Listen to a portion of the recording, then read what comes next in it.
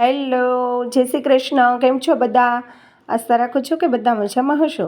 તો આજે આપણે બનાવીશું લીલી મકાઈનું શાક, એકદમ પનીરનું, જે આપણે પંજાબી શાક બનાવીએ છીએ ને એ સ્ટાઇલથી. જો તમે આ એકવાર મકાઈનું શાક ખાઈ લેશો ને તો પનીરના બધા જ પંજાબી શાક ભૂલી જશો. તો ચાલો રેસીપી શરૂ કરીએ. તો એના માટે મેં અહીંયા ફ્રેશ લીલી મકાઈ લીધી છે, આ રીતની એક મોટી સાઇઝની. હવે આ રીતના આપણે એને છે ને દાણામાંથી કાઢી લઈશું એમ.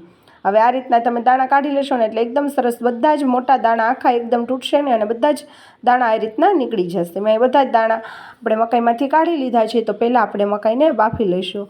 હવે મકાઈને બાફવા માટે મેં અહીંયા એક કડાઈમાં થોડુંક પાણી અને થોડુંક મીઠું નાખી અને આપણે જે દાણા કાઢ્યા હતા મકાઈમાંથી એ નાખી અને એને 2-3 મિનિટ માટે એને બફાવા દેશું. ખાલી 2 થી 3 મિનિટ બફાશે ને તો એકદમ સરસ બફાઈ જશે, કારણ કે આપણી એકદમ ફ્રેશ લીલી મકાઈ છે એટલે. હવે આપણે બાફેલી મકાઈને સાઈડમાં રાખી અને આપણે પહેલાં ગ્રેવી બનાવી લઈશું. તો ગ્રેવી બનાવવા માટે મેં 2 ચમચી તેલ નાખ્યું છે. તેલ ગરમ થાય એટલે થોડુંક જીરું અને 1 તમાલપત્ર, 1 ફૂલ, 1 તજનો ટુકડો, લાલ મરચું અને 1 એલચી નાખી અને આપણે એનો વઘાર કરી લઈશું. પછી આપણે મોટી સાઈઝની સમારેલી ડુંગળી, 4-5 કળી લસણ, આદુનો કટકો નાખી અને થોડુંક આપણે એને સાતળી લઈશું. પછી મોટા સમારેલા આપણે એમાં ટમેટાં નાખી દઈશું અને પછી આપણે ગ્રેવી માટે થોડાક આપણે કાજુ નાખશું, એટલે આપણી ગ્રેવી એકદમ સરસ ઘટ એવી બને અને એકદમ સરસ પંજાબી સ્ટાઇલ આપણું શાક બને. હવે આ રીતનું બધું એકદમ સોફ્ટ થઈ જાય એટલે થોડુંક મીઠું અને થોડીક આપણે હળદર નાખશું. અત્યારે થોડુંક મીઠું નાખીએ છીએ, પછી જરૂર લાગશે તો આપણે આગળ આપણે શાકમાં મીઠું નાખશું. હવે એકદમ સરસ સોફ્ટ થઈ જાય ડુંગળી અને ટમેટાં એટલે આપણે એને સાઈડમાં ઠંડુ થવા પહેલાં રાખી દઈશું.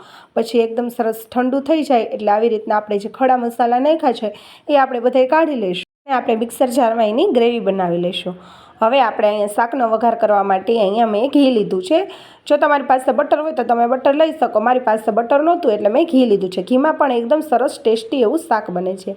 પછી ઘી ગરમ થાય એટલે થોડુંક જીરું, હિંગ નાખી અને વઘાર કરી લઈશું અને આપણે બનાવેલી ગ્રેવી એમાં નાખી દઈશું અને થોડુંક એમાં જ પાણી નાખી અને થોડુંક પાણી એમાં નાખી દઈશું એમ ગ્રેવીમાં. હવે આપણે ધાણા જીરું પાવડર અને આપણે જે રીતની તીખાશ જોતી હોય એ પ્રમાણે આપણે લાલ મરચું પાવડર નાખશું અને થોડોક આપણે ગરમ મસાલો નાખશું.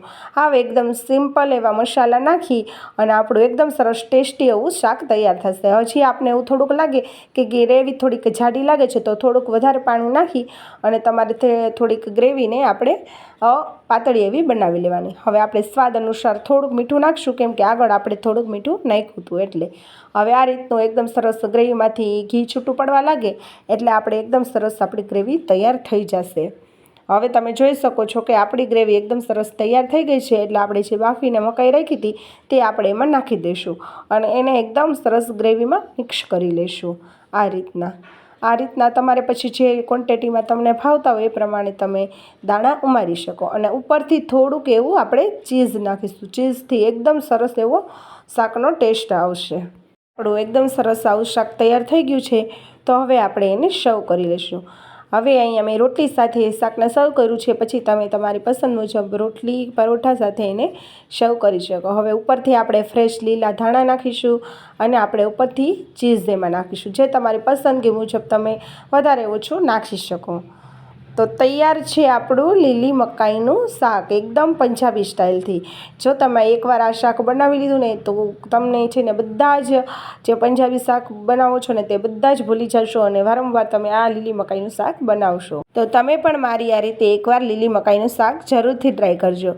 જો તમને મારા રેસીપીના વિડીયો ગમતા હોય તો વિડીયોને ફેમિલી અને ફ્રેન્ડ્સ સાથે શેર કરજો અને વિડીયોને એક લાઇક અને ચેનલને સબસ્ક્રાઈબ જરૂરથી કરજો.